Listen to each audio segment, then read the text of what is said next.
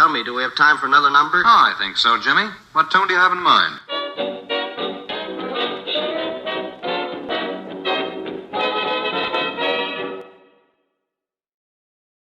Welcome back, listeners, to another episode of Drinking Matters. My name is Bryan, and with me today, a returning guest, Rene.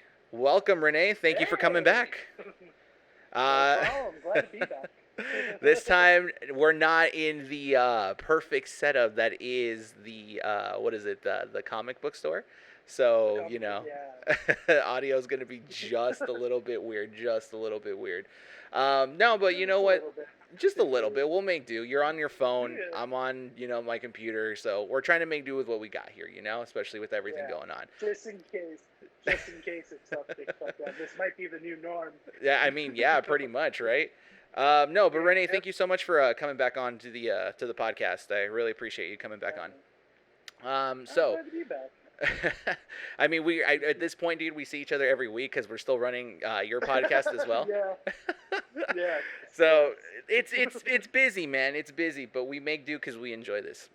But I brought you back on because a topic came to mind that was it hit me, and I was just like, you know what? I feel like you and I have spoken about this outside.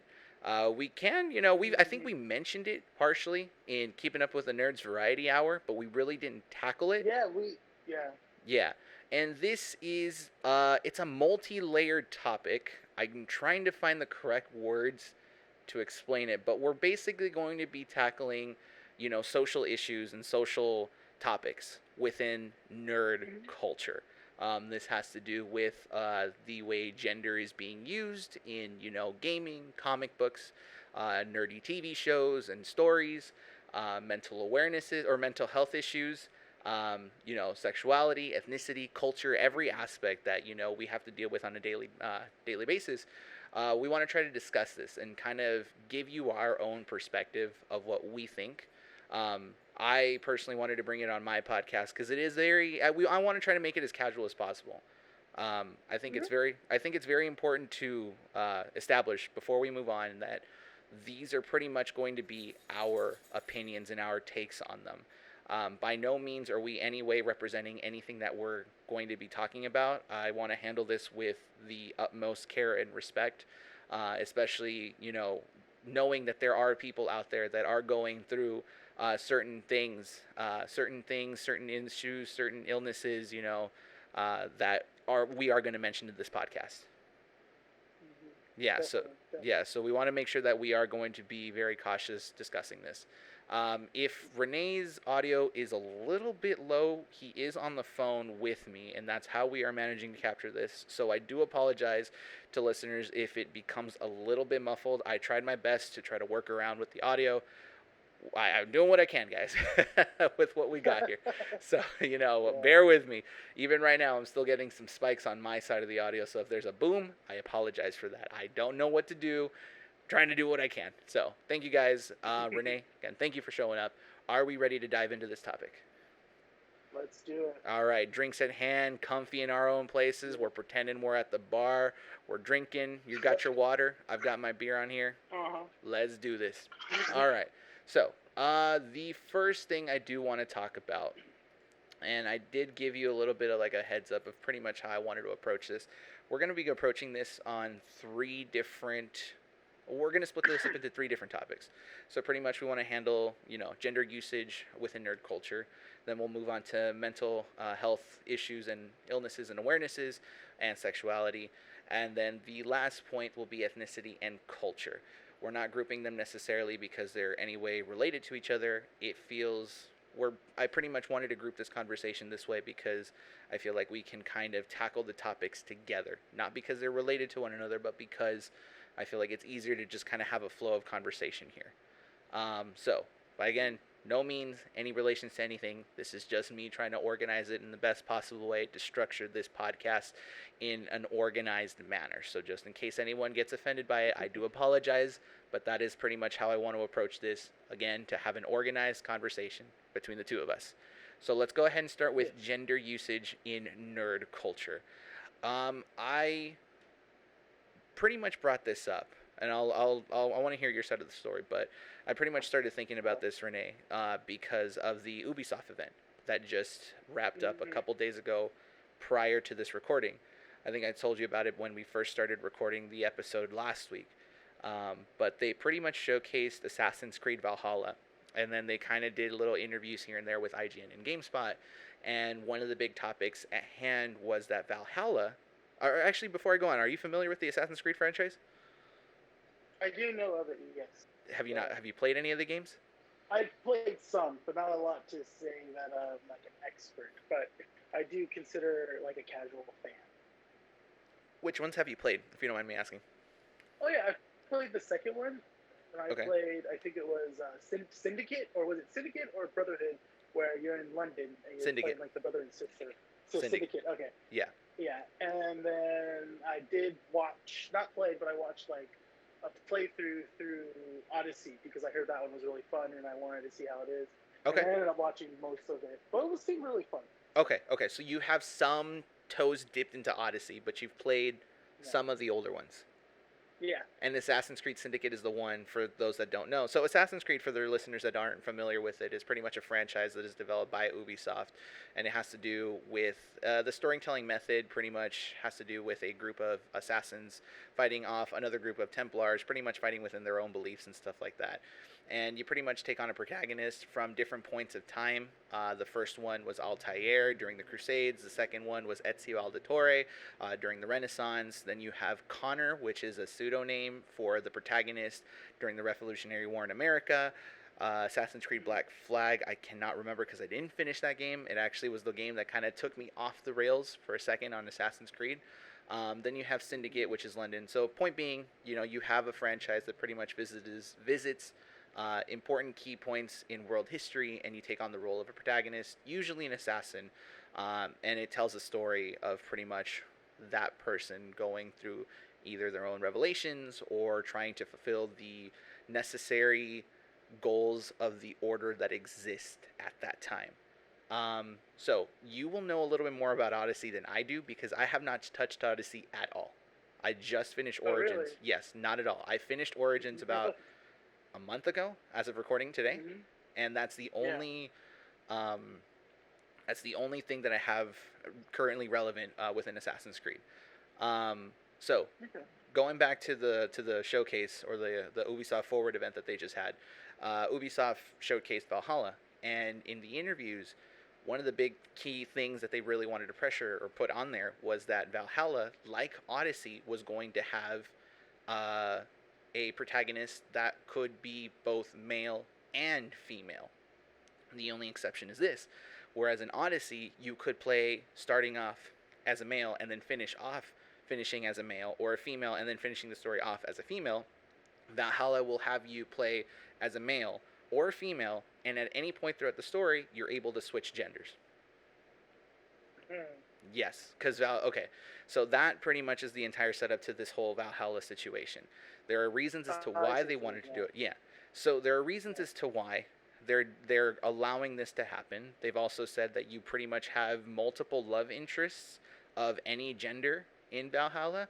So you could be playing male and, according to them, fall in love with a male as well, or be female and fall in love with a male, so on and so forth, and you can change at will.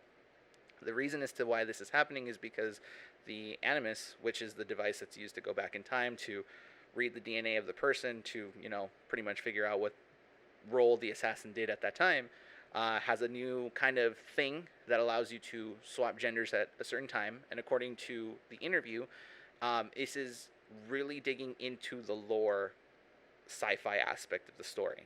So there is a proper reason as to why. As someone that kind of has seen some gameplay of Odyssey, have you noticed any different hitches or good things about having the ability to play either gender within the story?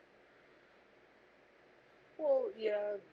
It seems like obviously it's like you get to do more stuff. I shouldn't say more, but like more opportunities. Like if you're the male, you're a little bit stronger. You can do sorry about that. It's all good. Yeah, as so that you get to, as a male, you get to do more power stuff, stronger things. While as the female, you can kind of be more athletic, more Uh-huh. agility and stuff like that. That's what it seemed like as watching it. You know. That's pretty much what a Syndicate did. Because from what I've Mm-hmm. noticed, like I'll put it this way, I don't feel like there's any problem at all here. I haven't played Odyssey yet, so I really can't say that Odyssey did a really good job or really did a poor job at putting both genders in the game. But from the Mm-hmm. bits and pieces that I played of Syndicate, I really appreciated the fact that you could play as because they were both twins. You play assassins that are Mm-hmm. twins. The male, the brother, pretty much had certain things that the sister couldn't do. The brother was more of a brawler. He was more hands-on, in your Yeah. face, about to go fight in the street fighter kind of thing. Whereas the sister was more stealthy because she was more nimble and athletic than the brother. Mm-hmm. That kind of stuff is really good because you integrate that system in there, and there's a reason as to why that exists. As for Odyssey, when I heard about that whole thing where you can either play as Alexos or Cassandra, my first initial thought hearing about this a couple years back when it first released was, sure, if it fits in the story, there's absolutely no problem whatsoever. But then people started getting mad that there was some sort of difference. In the playthrough that you watched, what did the person play? As Cassandra or Alexis? I think it was Cassandra, yeah, because they did more sneakers. Okay, so a friend of mine named Thad, I spoke to him a couple days ago, and I asked him because he played as Alexos, and I asked him one of the big things that people are complaining about is that when you play as Alexos, you notice that certain like sentences or certain ways of going on to a conversation really don't fit the narrative playing as the guy, but when you play as Mm-hmm. Cassandra, the female, the story fits a little bit better. Now, Yeah. there's more to it. There's more of a controversy to this in the sense that when they added downloadable content to the game kind of acted as if you needed to finish the story as Alexos because you conceived a kid, even though you Mm-hmm. had, the ability to play both genders.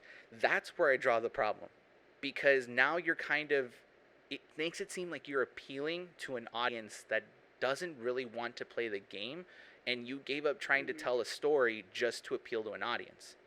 That to Which me, is also yeah, sorry, go on. that. Yeah. No, I'm saying that's interesting because I remember in the marketing of it, it was they were mostly showing the guy, and then he's on the cover as well too. Uh huh. Yeah, that's what the marketing means. Seemed like he would be if he wanted to. I mean, either way, if you wanted to finish a story, it could have been either one. But having where it's like it's limited with the guy, and you have to play the woman to finish the story, essentially to get 100% in the storylines. Yeah, that's It's a little bit kind off. of messed up. Yeah, It's a little bit off. Yeah. I'm gonna play Odyssey because it is on sale at today, actually, because of the Ubisoft event. So yeah, so I have to buy it. It's like $12. Oh yeah. But that's Oh. the thing is that so you could admit that the advertisement for that game was Alexos was on the front cover, right? And it was the one that was Doesn't it? Yeah. yeah. Okay. What if I told you that the novelization of Odyssey was told through the perspective of Cassandra? Mm, Yeah, you see what I mean? It starts to look as yeah. if they couldn't figure out how to tell the narrative. There's nothing wrong. So, and I'm going to ask you this because I want to know what your take is on video gaming and having the ability to choose different genders to fit exactly the kind of person that maybe you want to play as. But when it comes down to this kind of method of implementing the ability to play as both male or female, or either male or female, excuse me, they need to be, as a company, they need to be consistent. It's okay to offer the ability to have the ability to play, as a female, and the ability to play as a male. But when you have advertisement that features a male, and it makes it seem like the story could be played only as a male, and it makes more sense to play there. But then you feature the novelization, and you give away things, and the storyline doesn't fit the male aspect, and it's just Cassandra that pretty much fits it. And Cassandra is the way that you tell the story in the novelization because it's the most canon to the story, and they don't admit it. That's where that's where I draw the problem. That's where I kind of feel like the developers pretty much are trying to appeal to an audience and not necessarily understanding what it means to play as both genders or having the ability to play as both as either male or female. I have a problem with that. Do you kind of have an issue, or is this more of something that you're just kind of like, whatever? No, I mean, I'm all about equality on both sides, Mm-hmm. for both men and women, because we're all the same and stuff like that. And if you, as a company or a gaming company, just do one thing to market your game so that you know that your fans will get it, but then to have it completely opposite of what you're trying to show your fans, that's where it gets messed up for me. That's where I'm kind of like, well, why did you market it as, oh yeah, we could play as the guy as well too, and get the same story, and then also, oh yeah, you could choose a female one, not just, oh no, you have to be the female to get the whole the whole experience that Mm-hmm. again you're paying for.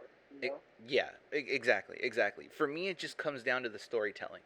If the Yeah. developers wanted to tell a story, there shouldn't be a reason as to why they have to backtrack and make it fit everyone. Like, let's go back to our early childhood. You used to play Pokemon, right? Oh yeah. Remember, I think was it Silver and Gold when they allowed you to choose either Yeah. boy or girl? Yeah, right. Like that option Mm-hmm. existed there, and that was great in my opinion because that basically meant that girls that wanted to play the game, and this doesn't necessarily mean that oh well now that there's a girl option, girls are allowed to play Pokemon. No, you could be anything, No. and you could literally play Pokemon. That doesn't matter. I used to play with, there were girls that I knew in elementary school that used to play Pokemon. And that was dope. I didn't see it any different. They played Pokemon, great. But having that ability was cool because now you can Yeah. kind of identify yourself with a character in the video game. So that's important to have in there. But when you have narrative lost because you're trying to please an audience that might not even play the game, or it just doesn't fit your narrative, it destroys it, and you can't really reclaim it, that's where I have the issue, you know? So Assassin's Creed Valhalla is trying to allow this to happen again. The developers are trying to have this happen again. I, don't feel comfortable judging them yet because I haven't seen it. And as far as I know, the story hasn't necessarily explained itself how you can adapt the animus, the tech, to allow gender swapping in the game to be a thing. They said that it's a Yeah. they said that No, it's go ahead. they said that it's a thing. They said that it's existed in the game and they've hinted at it and it's won't destroy the lore, the science fiction lore of the game. If that's what they're saying, great. You know what? I can't say anything until I personally have played the game and seen it for myself. I pay attention to that kind of stuff.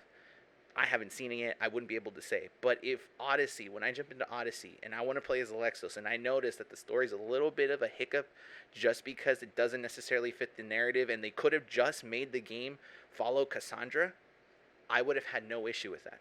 As long as the story would have been done great, there was no need to have two different people. Just Yeah. play it as one. I would not have mind playing a female assassin. If anything, that would have been super cool to play as a female assassin. I think the last female assassin in the Assassin's Creed franchise was one in Assassin's Creed Chronicles. No, Syndicate, because of the twins, and then Assassin's Creed Chronicles China was one that you could play as a female. But if it doesn't destroy the narrative, they could have just done one. I don't see an issue with that.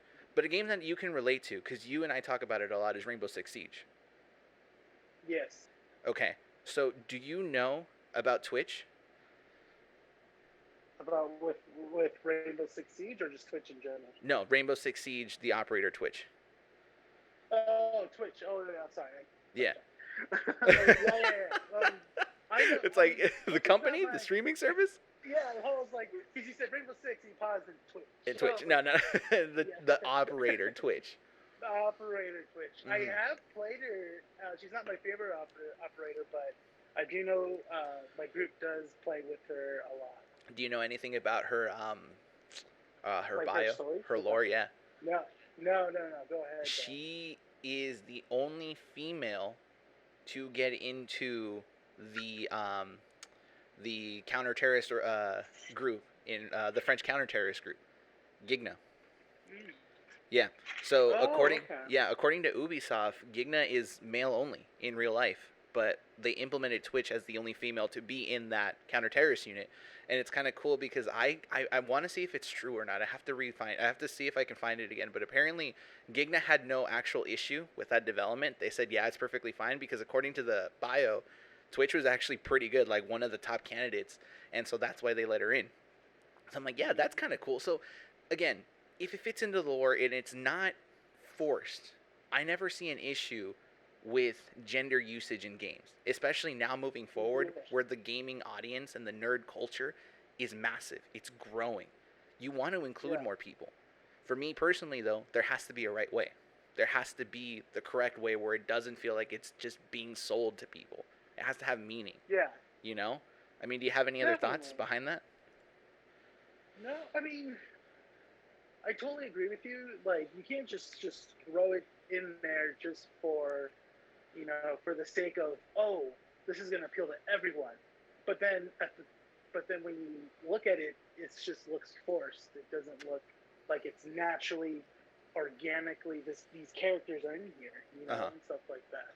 And that includes all characters in general as well, too, and you want it to make sense. You don't want a person thrown in there and just been like, oh, well, that's just appealing to a certain demographic. That's why they're there. No, like you said, you want the narrative to make sense of why a person is there or why this person's here and stuff like that. And if you can explain how normally they're not in that sort of category in the narrative, then that's even better as well too. I'm going to ask you, as the comic book nerd that you are, you're a bigger comic book nerd than I am. Massively, massively, massively. So, I'll give you 2 examples of gender swaps that I've seen. Yes. Thor, Lady Thor, I can't remember her name. Oh, it was Jane Foster. Jane Foster, and Ironheart. Yes. So, Jane Foster is one exception to that. That is in a way of writing aspect. It turned out well. That's the thing. Wait, it turned out well? It turned out well because everyone liked her at the end. It's weird because the thing was is though in the beginning it felt forced because when she was introduced, it was right after a storyline called Original Sin, where the Watcher died. I remember that. We find out who killed. Yeah, we find out who killed the Watcher and stuff like that.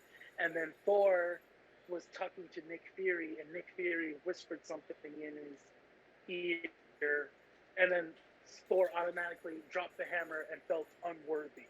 Now that part was very weird because I get it though, like Thor always needs that crisis of, is he worthy and stuff like that. But the thing was is that when he wasn't worthy, he dropped the hammer, and then it moved to a female character, which was AKA Jane Foster, and she wielded the hammer and became the new Mighty Thor. But then when that series came out, the new Mighty Thor, Jason Aaron, the writer, openly said, "Oh, I just wrote Original Sin so I can bring in Lady Jane Foster." And it was Foster. kind of like, yeah, Jane Foster. And I was just like, wow, really? I was like, that was the whole reason why you had this big story arc that spawned 6 different titles, and just to have one character that you wanted to do. I'm going to chime in. It felt like, go ahead. Okay, I'm going to chime in and say that kind of attitude hurts that kind of usage. Because Original Sin, I remember reading Original Sin and thinking that it was a pretty decent arc in the Marvel universe. I didn't have a problem with it. But then because I didn't know that that's what he said. But after hearing that, it just kind of makes it seem like, why do you need an excuse to have something like that happen, You could literally, and like, okay, so from what I understand, people have always had issues having any form of change happen to a major superhero. We see this all the time. It's like, what was it? Spider-Man, for me, Spider-Man, and we'll get into this during the whole sexuality portion of the podcast, but for me, there was when who was it? Andrew Garfield, Spider-Man, came out on an interview and said, "Oh, well, why don't we make Spider-Man gay?" The fans were pissed pissed Yeah. because they were like, no, why are you going to alter a superhero that has already established himself in society? It doesn't make any sense. He's never Mhm. shown anything to show that he's gay. He's never Yeah. reformatted himself. There's no Mhm. reason for him or for Garfield to essentially come out and say this sort of stuff. So any change, basically, the community doesn't take well. That's fine. So, Yeah. yeah, I understand. Jane Foster all of a sudden taking Thor's hammer, you know, Mhm. could upset some people. But Thor is, like, to me, a little bit of an exception because Thor isn't the man. Thor is whoever wields the hammer, from my Yeah. understanding, right? Mhm. So there was a Yeah. little bit No, of a that's why. leeway. So there was a bit of a pushback when it first came out, but then when the comic series was coming out, it actually was pretty good. They first started it off as who is the new Thor and stuff, and I think it was revealed in like I think issue 5, issue 6 of an end of an arc, and was revealed to be Jane Foster. Uh huh. And that's what I think. That's what also brought in fans as well too, because it was another known Thor universe, Thor character that was well known, and it was kind of it was kind of interesting how he did it. But Uh I huh. think that's why it won most fans in the end, was because he wrote the character very interesting, Okay. from what I understand. But Yeah. did he need to do original sin to do that? No, it didn't. Actually, rethinking about it, he could have just done it where, at the end of the original Sin arc, maybe Thor doubted himself right then and there, and then maybe the hammer flew away, and then could have found the new wielder right then and there, and then boom, he could have introduced her at the end of the arc, stuff So like then that. you agree that having any sort of extended explanation as to why something like this happens is pretty much just a hurtful narrative, to just appeal Yeah, to something, right? yeah, it's almost kind of like you're like thinking your fans are kind of dumb, and which Yeah. is it's kind of insulting. It's very insulting at that point. Okay. Now, besides her and besides Ironheart, the one that I mentioned, is there someone else that comes Yeah. into mind that probably had a bit of a gender swap or anything like that recently? Because I'm trying to think, and those are the only two that come to Recently, mind. yeah, yeah. Ironheart had the most pushback as well too. Because I Ironheart's didn't make remember sense. Ironheart didn't make sense right away because it was just like in the Invincible Iron Man arc before Civil War II, he was talking to this girl that had Tony Stark found this girl that was, I think she basically found one of old Tony's suits Uh-huh. and reformatted it into her own and stuff. It was like one of like the early mock suits. It was like a big bulky suit she transformed and stuff like that, which was cool. But at the same time, it was like, yeah, well, she doesn't seem, I don't know, great, because they they made her really kind of like basically like how Ray is. They made her super smart, super intelligent. She could do anything and stuff They like gave her that. everything. They did it. Yeah, they gave her everything. No obstacle was a big deal compared to for this character, and I think that's what made certain fans kind of mad. But Uh-huh. at the same time, if you think about it, Tony Stark's the same way too. Looks he always looks at the obstacle and always overcomes it regardless. Mm-hmm. And that's what fans were retaliating about, certain other fans that liked Ironheart and stuff. But after a while, I think the thing is that Iron Man in general in the comic books is kind of boring if you look at it. Oh, yeah, I mean, The no one picks up an Yeah, Iron Man. I don't. Has Iron Man had a single, like a self issue? Not in a while. no, not in a while. That's the thing. Yeah, I The mean, comic book Iron Man, the comic books Iron Man is kind of they're okay. I've read them. There's certain arcs, but the thing is that they're not very impactful. Like how Captain America ones is like we still sell Captain oh, America Captain comics. America's a whole other issue, man. That's a separate. Yeah, That's an issue in itself. yeah, yeah. But then, but yeah, just Iron Man in general. He's better if you just see him in a team up or in an Avengers and stuff like that. That's Gotcha. the thing. So that's why when Ironheart became her own comic, not a lot of people were picking it up. I don't think the comic comes out anymore. I think now Ironheart is replaced by Rescue, because now Rescue is coming out. Oh, is it? Yeah, Huh. I gotta get back into that because I remember just kind of ignoring that whole transition afterwards when it didn't make any sense. Because I think what Tony Stark retired, but he was like a hologram because he didn't want to. he quit. No, he died at the end of Civil War II, That's right. That's right. and Okay. he came back as a hologram. Yeah, and that's But when then Ironheart took obviously, over. So yeah, and then oh, go ahead. Go. So let me ask you this. Let me ask you this. Are you for or against in the comic book stuff? Because in the video games, it's a little more free will since you are playing the characters. You can choose either male or female. In the comic books, it's Mm-hmm. more what we've been seeing more of like, well, this existing character has already existed this way. We're going to transition him over to something else. Are you okay with that fact in the comic book world, or are you kind of more against it? It depends on how the character's brought in, or how. If it's basically, it depends on the writers. Honestly, at the end of the day, if I read a comic book that brings in a new gender swap for a major character organically or clever, or in a way where it's like, oh, okay, so this is what they're leading up to, Uh you huh. know, that's fine, but don't just be like, oh, okay, we're getting rid of this character and then bring in this completely new character that you've never heard of, you've never seen, but they're gonna be they're gonna be like the new Captain America now, Mm-hmm. and I'm like, why though? I'm Like, like, why does it? I don't Yeah. know this character. Yeah, it's. I think it at that point it's like, why though? I don't know about anything. How come it couldn't been? It could have been Peggy Carter's nephew. I mean niece. If you're gonna choose a female Captain America, why not be what's her name? Sharon Carter. Uh You huh. know, how come it can't be her because Yeah. she's been around Captain America? I'm on that same boat with you. As long as it makes Yeah. sense narratively, then yes, I've never had an issue with it. Because, look, as far as the community goes, the community is always going to feel like it's one sided. It's why the hell are you changing something that we are already super comfortable with just to fit an agenda because it feels political? The reality to Mm. me is that it isn't a political movement to change the gender unless it's specifically, you know, done with that intention where it's super obvious. And trust me, there are writers out there that will say Yeah. and have that agenda. They're like, you know what, we changed this person to be this thing because we want to make sure that we are politically correct. That's where you start losing the narrative aspect of these situations. So I didn't know Yeah. that Jane Foster Thor was actually someone. I've heard mixed reviews, and that's kind of what pushed me away from wanting to read it, because afterwards I'm just, because I've never been a Thor fan, so that's mostly the reason why I didn't pick up Thor. But Yeah. having you explain it afterwards, it's kind of like, okay, now I kind of want to give that a read, because if it was written in a way that was really well done, then what's the problem with it? We already understand from like a nerd's perspective, tearing apart Thor.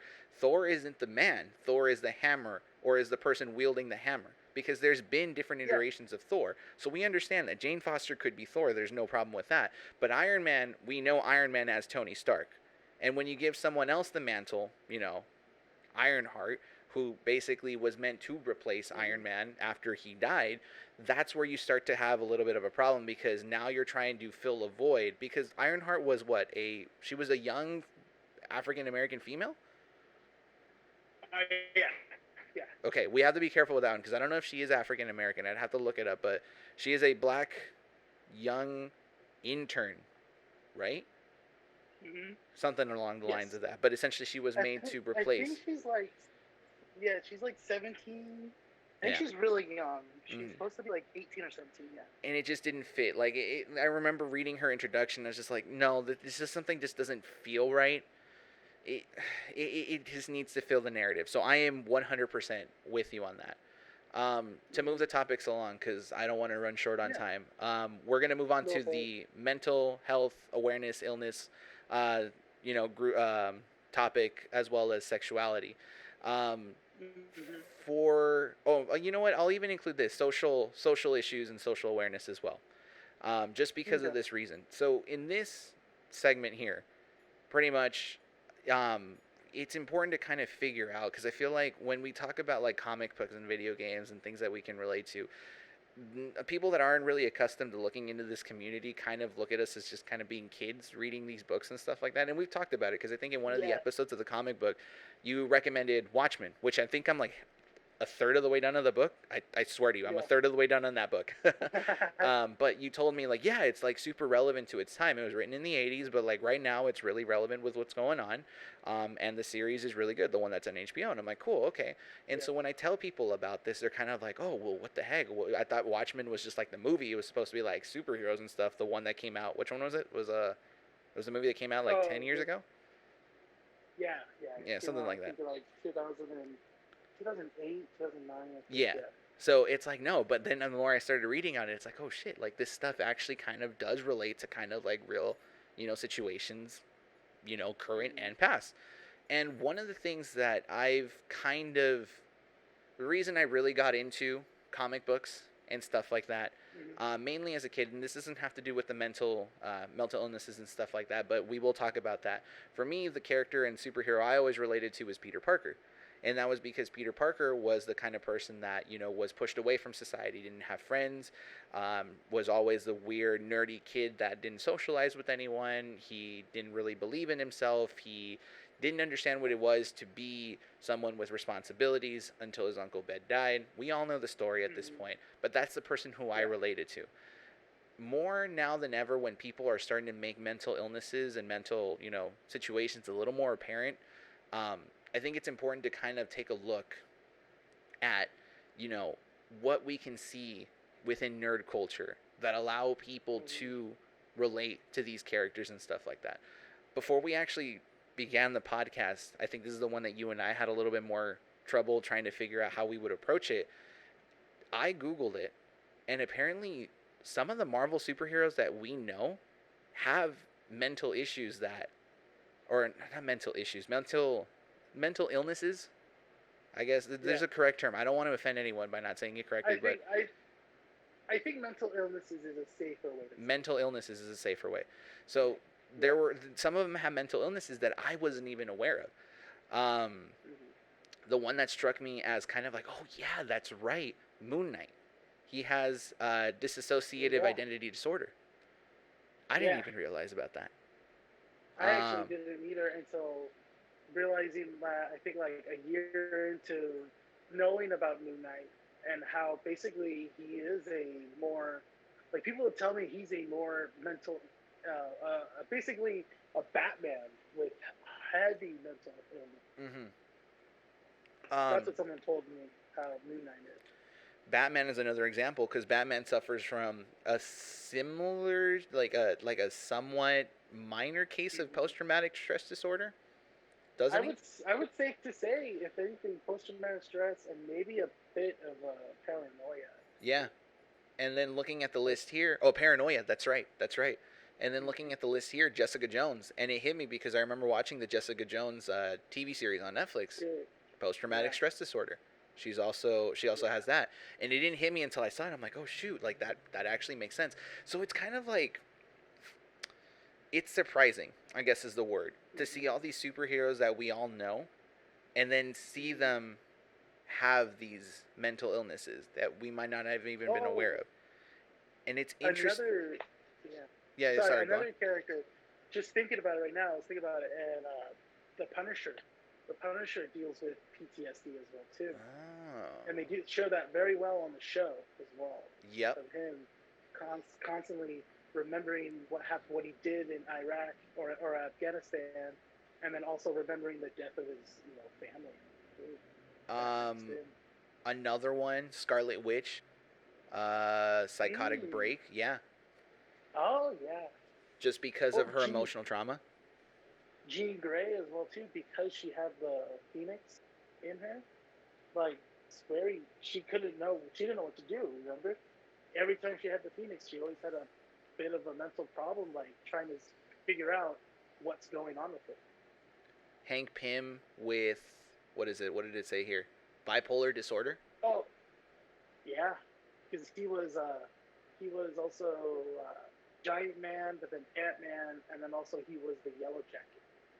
So this is kind of interesting to see because a lot of these things you don't think about until someone mentions it. Just kind of similar to real life scenarios.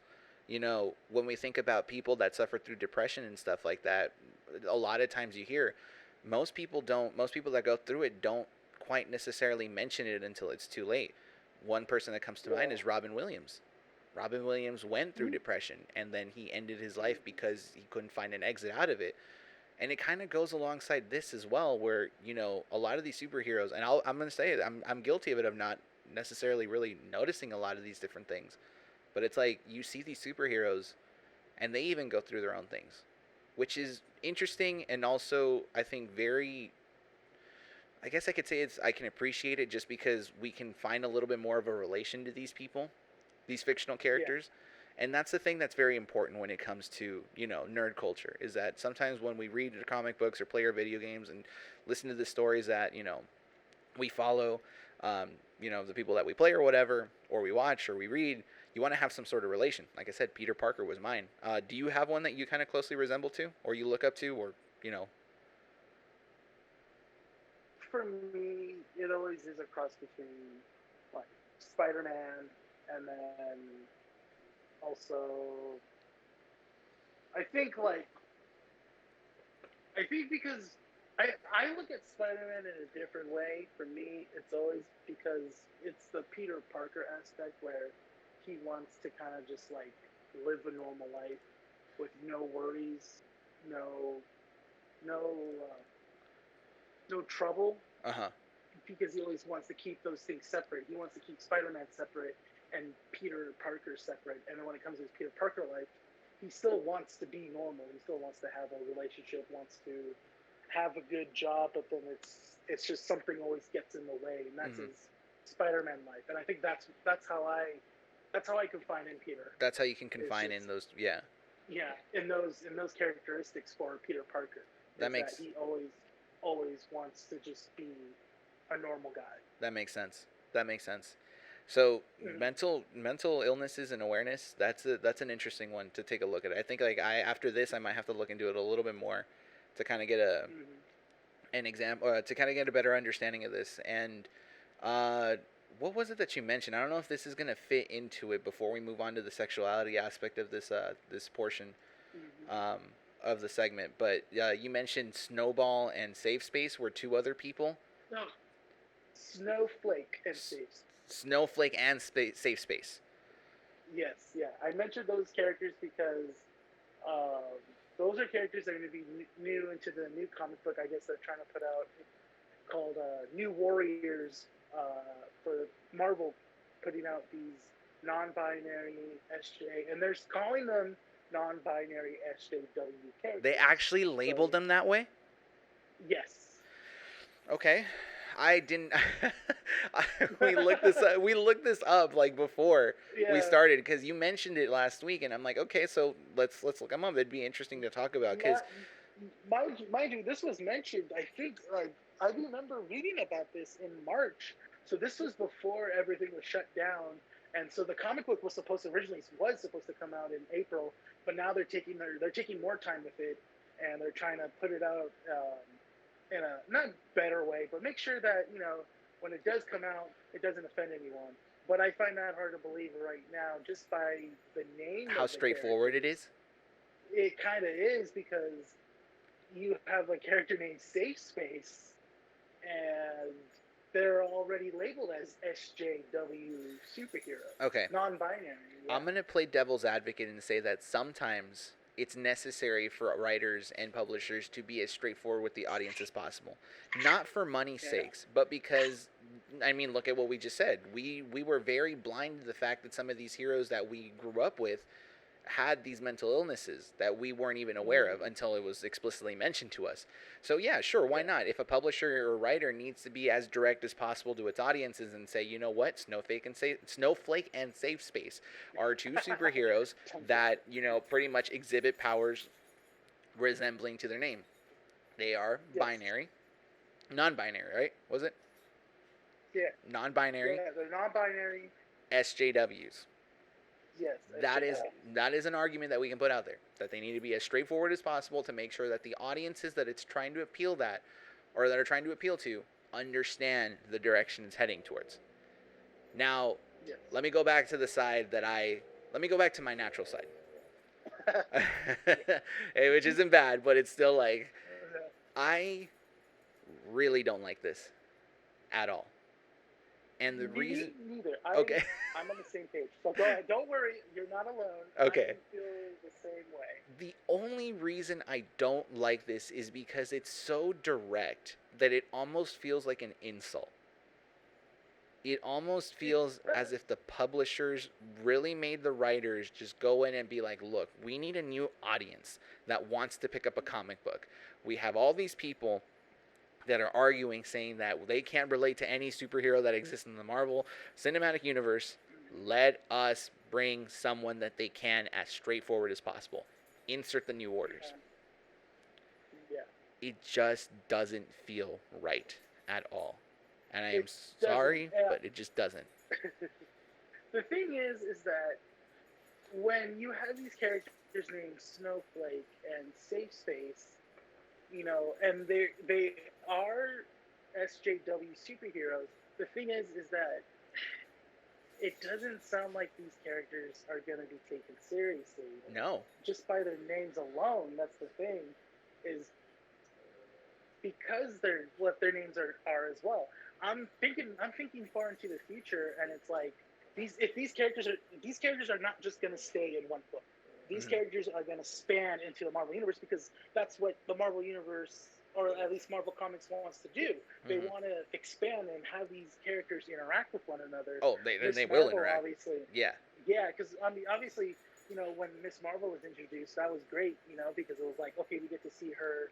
We see her with Captain Marvel, we see her with Spider-Man and stuff like that. We see her with Miles Morales. We see her with other characters, even the Avengers as well too. The thing is, though, is that am I going to take it seriously when I pick up a Wolverine book and have Wolverine takes on Sabretooth featuring Safe Space? And it's see, you laugh. That's not a good thing. I shouldn't be laughing.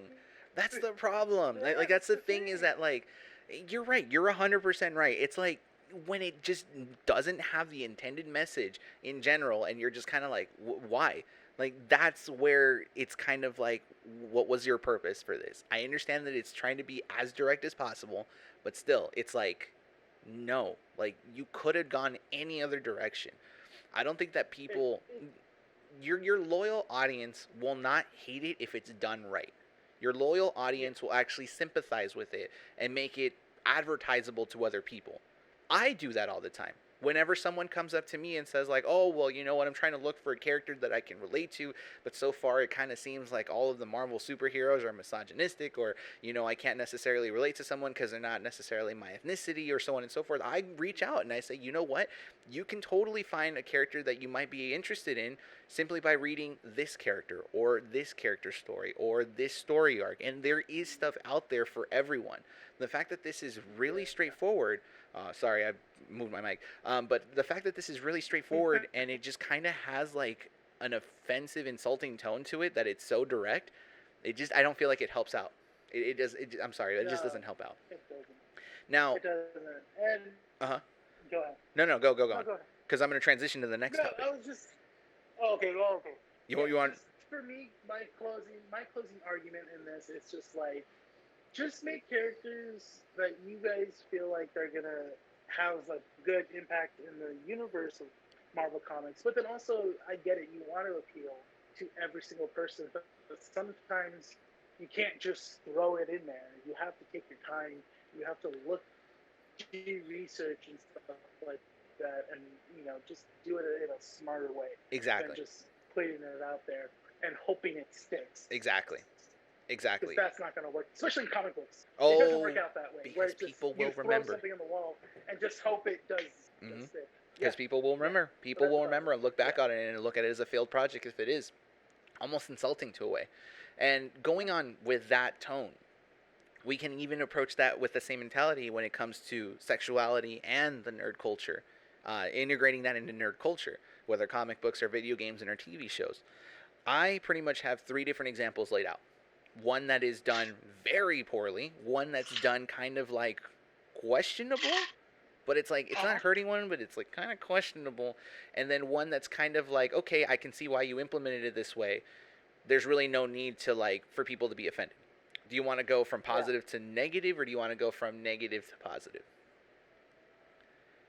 Let's go from negative to positive. Okay, so the negative one, and this has always been stuck on my mind because I feel it's a very disrespectful way to approach this, especially to the community, is Iceman coming out, because Kitty Pryde went through him and revealed his secret that he is gay. Yeah. That is. That was right out of left field, honestly. When, excuse me, when I remember I was at a comic book store. I was at the comic book store, and then that specific issue, it was issue, I forgot. It was in All New X-Men, that's right. Mm-hmm. It was in the issue of All New X-Men where, for some reason, everyone was trying to get stuff. And trying to get a copy of, but we already sold out. And someone told me right then and there, when they called me and they go, "Do you guys have the issue where Iceman comes out as gay?" And I'm like, "What?" And they go, "Yeah, do you have the issue where Iceman comes out as gay?" I'm like, "When did this happen?" And I go, Yeah. And they said, "Well, what happened in the new issue of so-and-so?" And I'm like, "Okay, no, we don't, I'm sorry." And I looked it up, and it was because of what you just said, was Kitty Pryde went through Iceman, and this was young Iceman. They were back in time. They went back in time, yeah. So, little thing for our listeners is that in this, and this is comic book logic, that Beast was disappointed of how the First Class came to be. Cyclops was with the Brotherhood of X-Men. I mean, the Brotherhood of Mutants with Magneto and stuff. Jean was dead. Iceman was kind of just doing his own thing. So he decided to go back in time, bring the First Class into modern time to show them how they turned out today. And for some reason, the First Class stuck around in present time for a little bit, and basically Kitty Pryde went through young Iceman, and young Iceman revealed to be gay. And I was like thinking in my head, well, isn't that kind of insulting in a way, where you have another character telling this character their sexual orientation, and that's it, and forcing them and telling them, no, you are gay. And I'm like, really? Yeah. And people liked it, though. People liked it. I thought the general consensus was that it was disrespectful. It was it was first people liked it, but then when it was kind of again brought in, when you think about it, it is insulting. And they did say, so that's why they kind of got rid of the First Class. They got rid of the First Class, but it still brought in. I still have people within that community come in and get Iceman books as well too. But that's because of what it turned out. Yeah, that's the community in general. They freaking bought the Batman issue that had the bat penis, because that's like a one thing that's never going to happen in the comic books again. Yeah. Any misprint, anything apparent like that is always going to be, the community's always going to buy into it. So that's 100% fine. Yeah. Like, that's understandable. Yeah. But it's like the way that they outed Iceman is it's just insulting. And even, like, I had to read it several times to try to figure out if it was written in a way that wasn't. But the literal panels read out as, "You're gay." "No, I'm not." "Yes, you are." "How do you know?" "Because I went through you and I read your mind." "Oh, yeah, I guess I'm gay." What? Why? Mind you, too, there wasn't anything leading up to that. No. There wasn't like Bobby was being friendly with another X-Man or another male character in the comic book series, and kind of lead you in like, oh, is this Bobby gay? Or is he? And then like having it confirmed in that issue where it's like, oh, it's confirmed he is. That's cool. No, it was just like it was just basically they were just running through it and then just out of left field. No, he's gay. Yeah, that was very poor judgment, I think. Not that I think, I know that it was very poor judgment. There should not be a reason as to why, writers should think that that's okay. There is a proper way of doing it. It all has to lead with, understanding that certain people can pick up on certain clues, developing from certain characters that we've read or that we play as. And honestly, if you're going to basically make an existing character have a different sexual orientation than what we believe to be, there needs to be a right way of doing it. I would have had no issue if Iceman was gay, if not to say that if he was, because there were clues that hinted at it, back in the 80s when he came out. No, none of that. If they would have done it in structured correctly with respect to the character and to the community, because there is a way of doing that, which is going to lead me to the neutral parts of it, the neutral example, which is SpongeBob coming out as gay over June. Yes. Did you hear about that? I did, actually. Okay. That part to me is kind of like one of those two options where it's like, sure, because it doesn't hurt anyone, but why? Because it just feels like it's not necessary. Especially when Stephen Helberg came out and said, before passing, that he intended SpongeBob to be a biological educational show. And if we're going to look at it through that fact, SpongeBob is a sponge, which is asexual. They reproduce on their own. So why assign a sexual orientation to a character that never really showed signs of exhibiting that, Yeah. It's like if someone told me Tinky Winky from Teletubbies was gay. We don't really need to know that he's gay. He had a purse. Yeah. But it's like, it's also a kid's show meant for 5-year-olds. Know that. It's like, I don't really care. Yeah. As a kid, you don't care about all that stuff. You just want to watch these characters get into crazy antics, go and do something funny. It didn't really matter who they liked, who they were interested in, because they hardly did that. They did that in SpongeBob in the beginning with Sandy. I get it, but it was more. But then they wrote it off more as it's more of a friendship, honestly. Yeah, exactly. Like you tell he had some sort of affection for her, but then later on it was just became friendship, because that became more natural. Let me characters. Yeah. Here's the thing that kind of ticked me as kind of like a thing. Oh, sorry about that. A thing that was just kind of like, they're really not putting much thought into this. There were comments on the Twitter on a Twitter post that had SpongeBob in the Pride colors that essentially said, "Oh, well, SpongeBob cross-dresses, so that should be a big enough hint for you that he is gay, right?"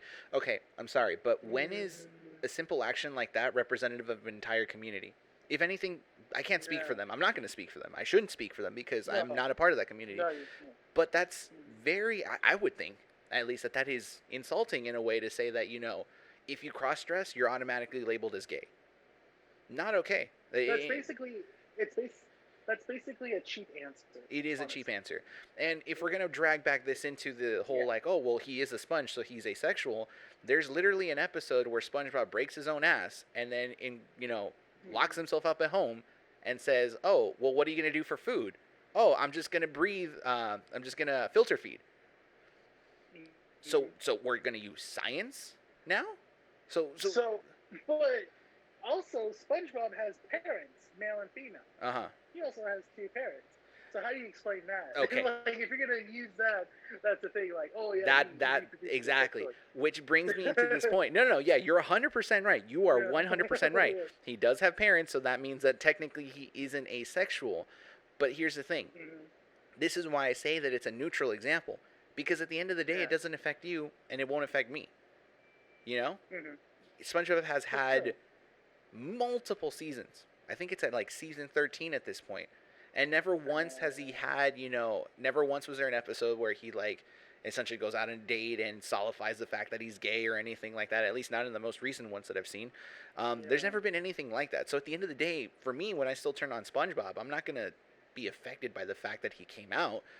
It's a thing that happened. If people want to jump on board with it, great, cool. That's something that you can be with. And at the end of the day, I'm still going to watch it. I am still going to see SpongeBob as SpongeBob. I'm still going to laugh at his antics. I grew up with him as a kid. It doesn't affect me. Does it affect you? No. Exactly. So it's a neutral example there. You did get me. You are 100% right, though. How do you explain his parents? I don't know. It's a cartoon at the end of the day, It is a cartoon. So, yeah. So, I mean, that's why it's a neutral example. Now, moving on to one that is recently just came out. I think it just came out. The news came out today. That's more of like a positive way of kind of exhibiting this sort of coming out example. And granted, we are talking about, one sexual orientation, but there are multiple examples that we can talk about, which would make this podcast like 3 to 4 hours long. But we're sticking to these examples that are a little more recent and a little more relevant. More recently, IGN reported that Tony, let me see, I want to get this right. Tony Cordova, was it? Let me see. Tony, where are you? Tony Cervone. He is the, I think, the writer and creator of Scooby-Doo Mystery Incorporated. He recently posted a photo of Velma and Hot Dog Water Marcy, with pride colors in the back, and he essentially said, Velma is confirmed to be lesbian, and people were having a shitstorm for it. Essentially saying that Velma had no reason to essentially be labeled as lesbian because in Mystery Incorporated she was dating Shaggy, and she had a boyfriend in the second Scooby-Doo movie, and like there's no reason for it. Like why is she lesbian? This makes no sense. Okay, I'm gonna tell you this. I'll say this right now. I grew up on Scooby-Doo since I was a kid. Yes. I grew up with the original Scooby-Doo, Where Are You? I watched the iteration after that one, the second season. I grew up within the Scrappy-Doo one. I kind of watched when they were kids. Then I jumped into the movies and all the different little short films that they had. What's New Scooby-Doo? The series after those. And then I really binged into Mystery Incorporated. So I kind of have like an understanding. I will say I have a little, I don't want to, brag, but it's like I understand the whole Scooby-Doo idea of what's going on there. Yeah. Right now, I'll say this. I have no problem with Velma being lesbian. I have absolutely no problem. And the only reason I don't have a problem with Velma being lesbian is because it's perfectly okay. The Scooby-Doo Where Are You show, the one that was created in like the 60s, 70s, that one had no kind of show of where Velma was going to go, and neither did the iterations afterwards. There were hints that maybe she did like Shaggy and so on and so forth, but it was never really solidified. If you've ever seen Mystery Incorporated, I'm going to tell you right now, if you have not seen Mystery Incorporated, I really recommend you watching Mystery Incorporated because it really brings back things from the old series and kind of reconfirms them as like being canon, and it gives all the characters great personality and great characteristics. It gives them their own persona. Mystery Incorporated, Velma dates Shaggy for a bit. Then she dumps Shaggy because Shaggy loves his dog more. And so she spends a good couple more episodes too. You've seen Mystery Incorporated, right? Yeah. You've seen the whole thing? Not the whole thing. Okay. I remember seeing parts of it, I remember watching, I think I was watching it because Velma and Shaggy were dating. Yeah. And at the time, I never saw that as a element because I always figured they did and it didn't work and stuff like that. Yeah. Because I've always known that, but it was cool to see it on TV. So I did tune in once in a while. Yeah. It was like, oh, okay, because it gave them personality, right? Now here's the thing. Yeah. If you watch the rest of the series, Velma starts to accept the fact that Shaggy's going to be Shaggy and Scooby's going to be Scooby, and they're going to be like best bros for life, okay. But then she starts bringing in this other character that was a villain, quote unquote a villain, Marcy Hot Dog Water. Brings her in, and she starts befriending her, but there are hints at it, very, very, very subtle hints that kind of hint that Hot Dog Water wishes that there was a little bit more to the friendship that they had. And Velma has that same kind of feelings, but they never really connect to one another. So that's why I don't have a problem with Tony coming out and saying that Velma is lesbian. Because there was no, like, it's a character that never really had a sexual orientation in her decades of existence. And we're talking about Mystery Incorporated here. The one that came out and pretty much solidified and made certain things in this universe canon. There's no reason to get offended by it. And if you're saying, oh, well, you know what, the Velma that I grew up with, she never had a sexual orientation, but she dated Shaggy, and this doesn't make sense. Okay, I'm going to say right now, I know several people that have dated and have not felt comfortable dating who they are dating. Yes. And then they come out, and it's tough for them. This is what happens. Mm-hmm. This is a perfect example. That's the reason why I believe it's okay. Velma dated Shaggy. She didn't feel comfortable. Yeah. And she finally found, commitment with someone else. There's nothing wrong with that. The I art. think. Yeah, sorry, go on. Oh, sorry. Yeah, to kind of go off what you said, I think that that's perfectly fine for Velma to be, lesbian, because it honestly, yes, it does make sense because throughout all of her incarnations of her over the years in different variations of the cartoons, she never had a steady, long relationship with a certain character. She never did because it would always be either a one-off kind of relationship, and you never see it again in the next episode, or it never gets mentioned again and stuff because she's always just being Velma, just focusing on solving the mystery. So I think it would be more. I think that if to be to say that to give a if you had to give a reason why to be mad that Velma is now confirmed to be a lesbian, is that, well, you would only have to be mad if she did have an ongoing relationship with a certain character over the years of her being around. But the thing is, she never did. So, and that's how you said it. You said it before. It's like that's how it happens with certain people that are in the closet. They don't know how their feelings are, so they date what they think is normal of the opposite sex, and it doesn't feel right, and it doesn't work out. That's the thing. The relationships never last because that person is not truly being who they are around that person. And to be perfectly honest, like when I look at this and necessarily think to myself, like, well, is this going to affect her character? Dude, Velma is still going to be Velma regardless if she's heterosexual or lesbian. Like, she is still going to be the smart person in Mystery Incorporated. I highly, highly encourage people, if you ever loved any iteration of Scooby-Doo, to give Mystery Incorporated a try. It is on Netflix at the time of recording. Just dive into it. It is a perfect, for me, perfect. But for others, it's a great series for Scooby-Doo. I think that it did a fantastic job in trying to incorporate a lot of different things from the past and try to bring them forward and make it canon and to explain how certain things work out. And it does a fantastic job at, giving characters their own persona. We always joke, oh, well, Shaggy's a stoner and Fred's just the playboy jock and Daphne's the pretty girl. They have so much more personality in Mystery Incorporated. And as a massive fan of Scooby-Doo, I will tell you right now that is well done and well deserved for that entire crew. I grew up on Scooby-Doo. I was born in 93, but my parents showed me Scooby-Doo because my dad grew up on that. I friggin' loved the heck out of it. And I will say this, as a massive fan of Scooby-Doo, I have never seen the live action movies, so I can't really speak for the next part, which is basically James Gunn essentially saying that he intended to make Velma a lesbian in the movies, but then was repressed by the studio and gave her a boyfriend in the second one. I can't really speak for that because I haven't seen the live action movies, and I know people are going to be like, oh, but the live action movies are so great. Look, I just never was interested in them.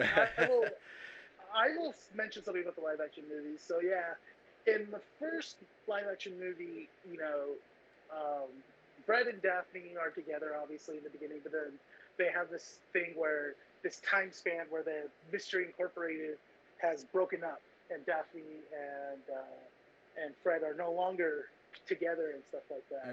But there are certain scenes that don't really. They have Fred and Velma together because they do make fun of the whole split up. That's always Velma by herself, and it's always Fred and Daphne, which is perfectly normal because it's perfectly normal. So they switch it up because the characters make it known that always happens. So they switch it up, and Velma and Fred are now together walking. And Velma does say that Fred, you would never look at a girl like me because I'm not like how Daphne is.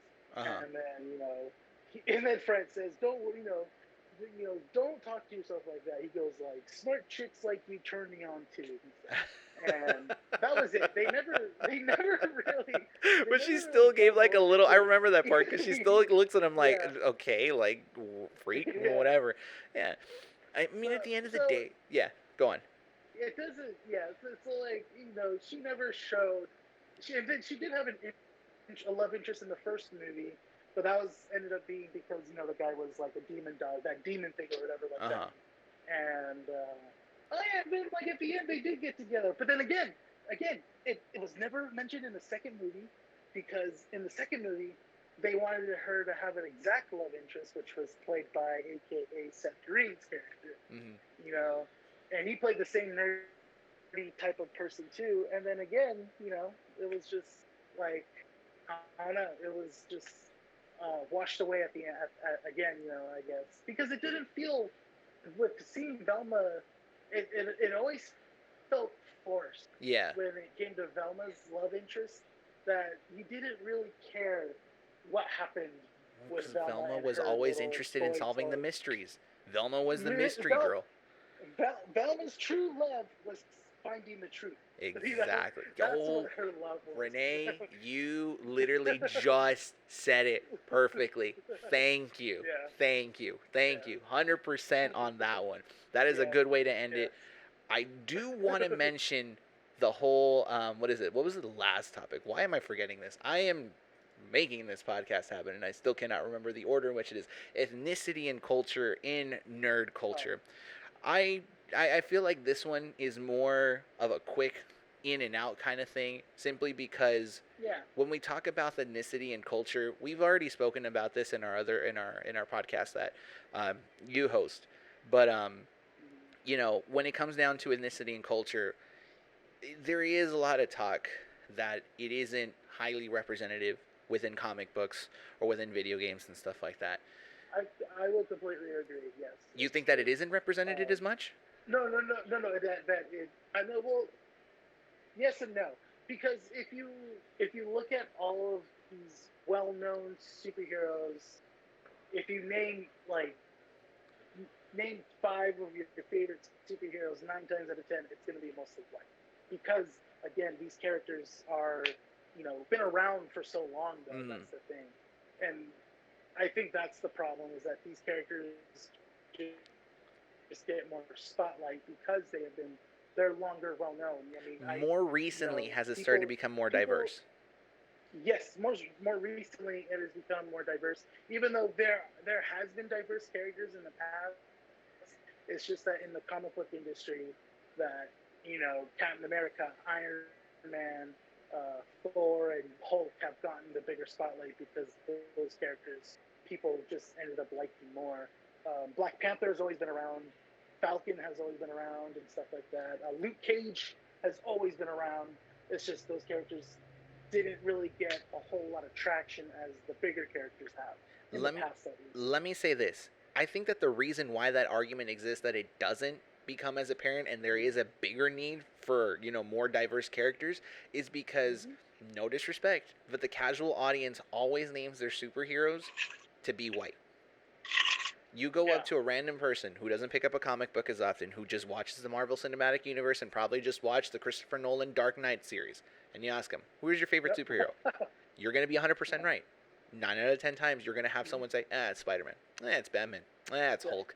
It's Iron Man. Mm-hmm. They're all white, right? Yeah. But then when you go up to someone like us, again, not to be Yeah. egotistic or anything, you know, this is just an example. Yeah. But like when you come up to us and you ask them like, oh, well, who have been your most recent favorite superheroes? Easily can tell you right now, Sam Alexander Nova. We can also have Miles Morales, Spider-Man, who has been That's my massive, yeah. massive Yeah. right now with the whole Into the Spider-Verse movie and him receiving his own standalone game. You have So Miss Marvel. he, yeah. No, to talk about Miles Morales really quick, he originally in the comics. Now I'm telling you the comics. He actually had the most awkward introduction as a character like that, where Peter Parker died and he just was thrown in. Excuse me. And we never ever heard of what happened or how he got his powers right away, or who this character is, how he got introduced and stuff like that. There was no lead up to it. When Brian Michael Bendis wrote it, he kind of threw him in, which was very awkward. And Spider-Man Into the Spider-Verse threw all that out and did its own way, and it did it so much better. Where they didn't even dwell on his ethnicity at all. He was basically just treated as a normal person, but just a normal kid that just didn't want to go to high school at a high-end high school, wanting to live a normal life. And then one day he goes with his uncle and gets bitten by a radioactive spider and stuff like that. Mm-hmm. And just that was such a good way to introduce him and how to bring him into the Spider-Man universe that it was just like, yes, thank you so much that we're not. And like they even said it in the in the movie, the whole trademark was that anyone can wear the mask, Uh huh. you know, and it didn't dwell on what ethnicity. It just said basically you could wear the mask if you had the power, Uh huh. stuff like that, and that's what I think did what what was right of how Miles Morales was introduced to everyone in pop culture now. Because of Into the Spider Verse. I will say But this on a because of Into the Spider Verse, yeah, I will say this as away from Into the Spider Verse because I knew about Miles Morales way before Into the Spider Verse. You and I both knew about him. yes, yeah. I will say that Mm-hmm. Miles Morales, if people take the time to legitimately look, and Miles Morales is just one example. Like I said, there are multiple examples out there of people with different backgrounds. Again, mine is Sam Alexander Nova. I really Yeah. appreciated his creation and his reasoning to exist in the Marvel Cinematic Universe, especially the connections that he had with Richard Rider Nova. If you have not Mm-hmm. read it, I would really recommend looking into it because it is done really well. I don't think it's Bendis that wrote it. I forget who it was. Um, Mm. but I think it may have been Rick Remender or I don't know. Oh, go ahead. yeah, yeah. Well, yeah. But look him up. It's Sam Alexander Nova. Really well done. Yeah, I know that it was done by a really big writer as well. But when we look at Miles Morales, yeah, you are right. They just threw him into the universe and kind of just left him there. But his integration into the into the Marvel universe is probably one of the best I've ever seen.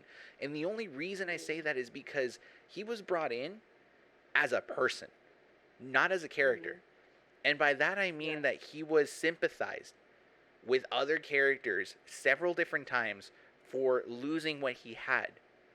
Into the Spider Verse doesn't redefine it; it reestablished that again, because that conversation that he has with Peter Parker, where he's like, "Yeah, I lost." Who did he lose? In the movie, he says that he lost someone. Or am I thinking in the Yeah. comic books?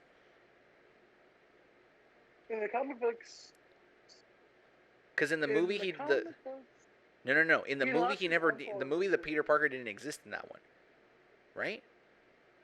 no, he did Okay, in the movie, but it was like a different type of Peter Parker. Yeah. so in the comic, oh, it is in the comic books. Okay, I remember this because in the comic books, they have a sit down. Peter Parker from the standard Marvel universe and Miles Morales from the alternate universe. They have a sit down and they say, "I lost someone important too in my life, which was you." And I'm like, "Oh," Yeah. and that gave him the characteristics of a normal human being. So there's Mm-hmm. loss and there's tragedy and there's reason for his existence there.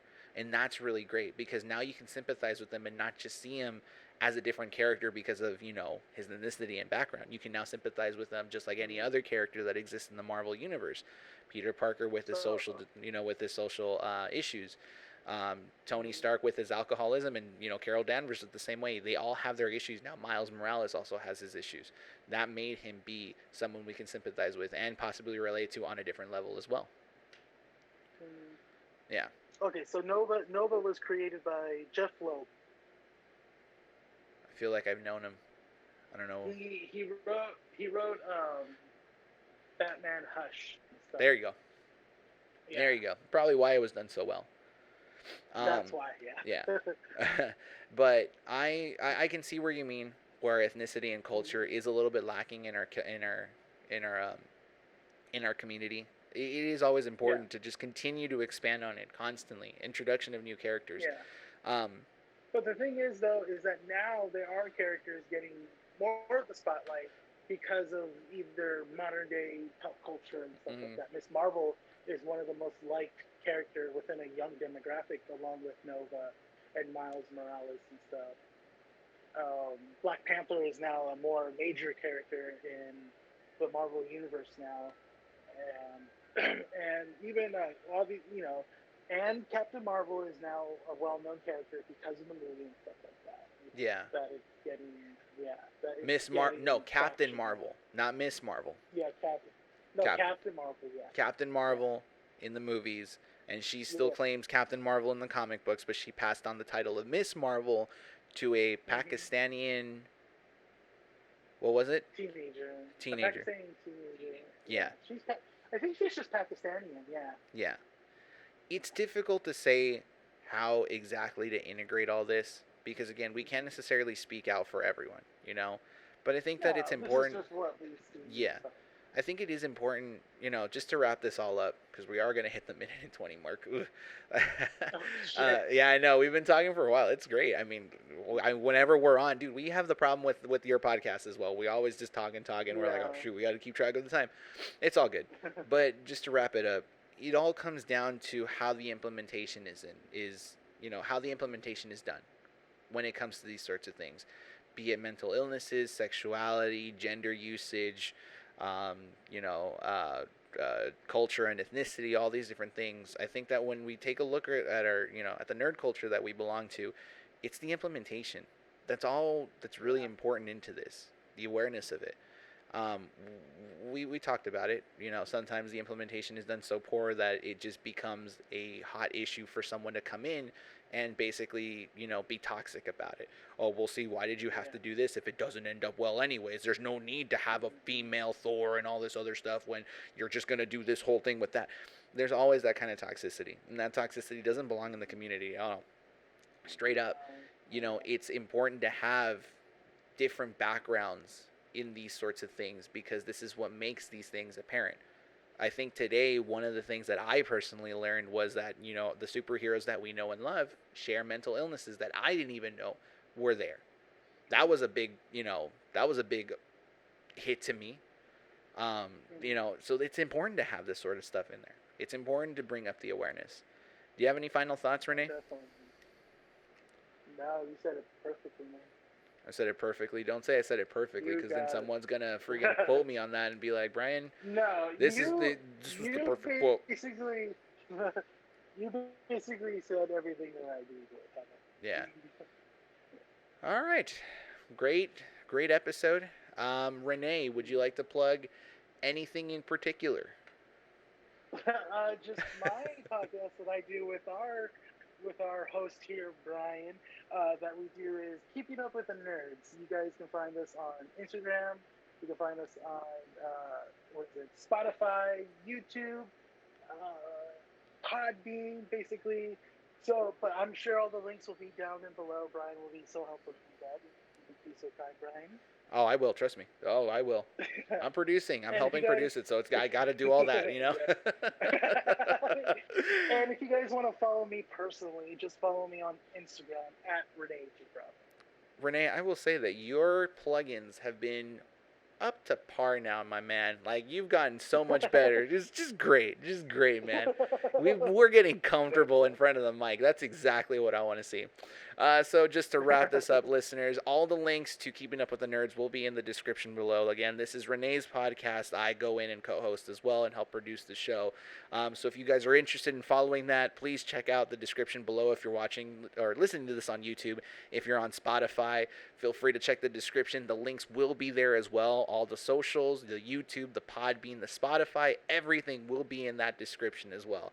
If you're listening to this episode on Spotify, jump on over to my YouTube channel, Turtlag562. I post up the podcast every Friday at 12. If you're listening to the YouTube one or portion of it, jump on over to the Spotify. The link's in the description below. Please follow. Please subscribe. Give me the support. I love it. Same thing with Rene. Follow Keeping Up with the Nerds. You know, Rene's project. We're getting this done, guys. We're getting this done. And follow Rene on his socials as well. Nice dude. Trust me. Won't regret it. Other than that, Rene, thank you once again. Cheers one last time.